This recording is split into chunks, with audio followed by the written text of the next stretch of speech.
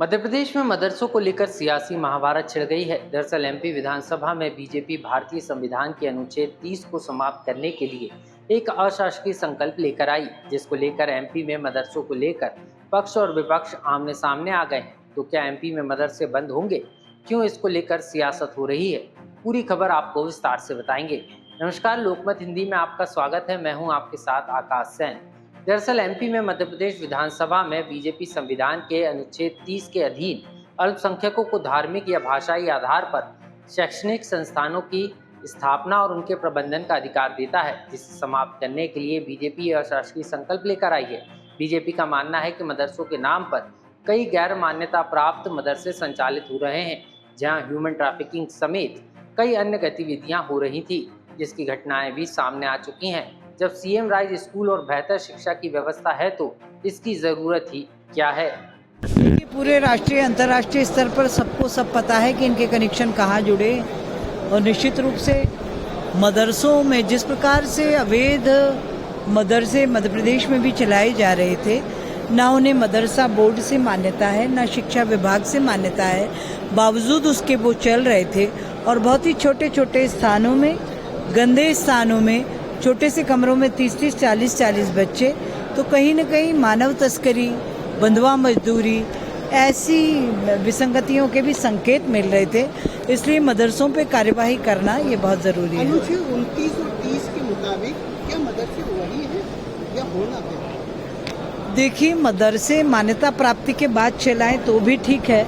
गैर मान्यता प्राप्त मदरसों ने तो बिल्कुल अराजकता फैला रखी। और सभी मदरसे, मैं सोचती हूँ, जो विद्यालय उच्च कोटि की शिक्षा, आधुनिक विद्यालय सीएम राइज जैसे से भी हम दे रहे हैं, तो अलग से इन मदरसों की कोई आवश्यकता नहीं बन पड़ती। इसीलिए आज शासकीय संकल्प लाया गया। केंद्र सरकार से ये प्रार्थना की जाएगी कि इनको समाप्त करने की अनुमति। सभी मदरसे जहाँ अवैध अनैतिक गतिविधियाँ चल रही और धर्मांधता की शिक्षा के लिए अलग से इस लोकतांत्रिक देश में ये देना, ये ठीक भी नहीं है।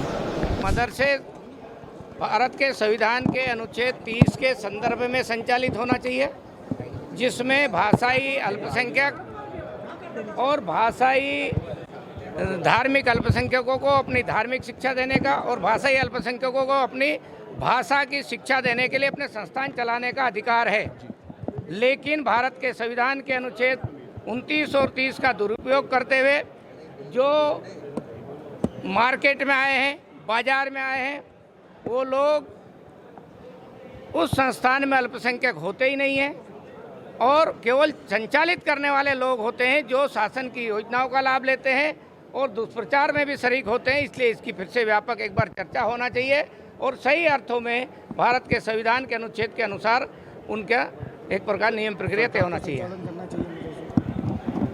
देखिए, मदरसे सरकार संचालित करे या नहीं करे, सरकार ने बहुत सारे मान्यता के नियम बनाए हैं और उन नियमों का में हमने कई सारी बातें करने की कोशिश की थी पहले मदरसों में, और अभी भी सरकार उसके प्रति है कि जिन मदरसों में अवैध गतिविधियां चलती है वो मदरसे हाल हालत में बंद होना चाहिए और जो संचालित करते हैं उनके खिलाफ कार्रवाई होना चाहिए। सरकार कार्रवाई कर रही है। तो वहीं कांग्रेस ने बीजेपी के इस अशासकीय संकल्प का विरोध किया है। कांग्रेस की माने तो नरसिंह घोटाले से ध्यान भटकाने के लिए बीजेपी ये कर रही है।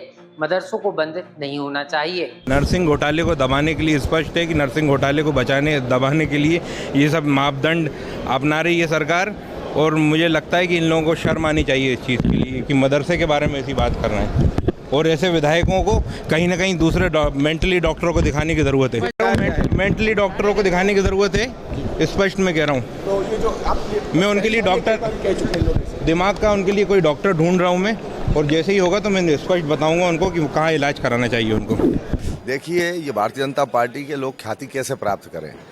जो भारत के संविधान में जो व्यवस्थाएं दी गई हैं और सबको मौलिक अधिकार हैं शिक्षा ग्रहण करने के, सभी वर्ग के लोगों को अपने अपने स्तर से, और ये मदरसे एक शिक्षा ग्रहण करने का एक विद्यालय है। और अगर इस तरीके की बात करके एक सस्ती लोकप्रियता हासिल करने के लिए पांडे जी ने लगाया है, दुर्भाग्यपूर्ण है। और इस तरीके से भारतीय जनता पार्टी के लोगों को ये संज्ञान में लेना चाहिए कि भारत के नागरिकों के खिलाफ अगर उनका विधायक इस तरीके की बात करता है तो उसके खिलाफ कार्रवाई होना चाहिए और मदरसे बंद नहीं हों। उनमें अच्छी शिक्षा ग्रहण करें, उनके लिए और अच्छी सुविधाएं क्या दे सकते हैं, ये मध्य प्रदेश सरकार को करना चाहिए। गौरतलब है कि भारतीय संविधान के अनुच्छेद 30 के अधीन अल्पसंख्यकों को धार्मिक या भाषाई आधार पर शैक्षणिक संस्थान की स्थापना और उनके प्रबंधन का अधिकार देता है, जिसे समाप्त करने के लिए बीजेपी यशस्वी संकल्प लेकर आई थी, जिसे सदन के पास होने के बाद केंद्र सरकार को भेजा जाएगा, जिसके बाद ही इस पर अंतिम निर्णय होगा।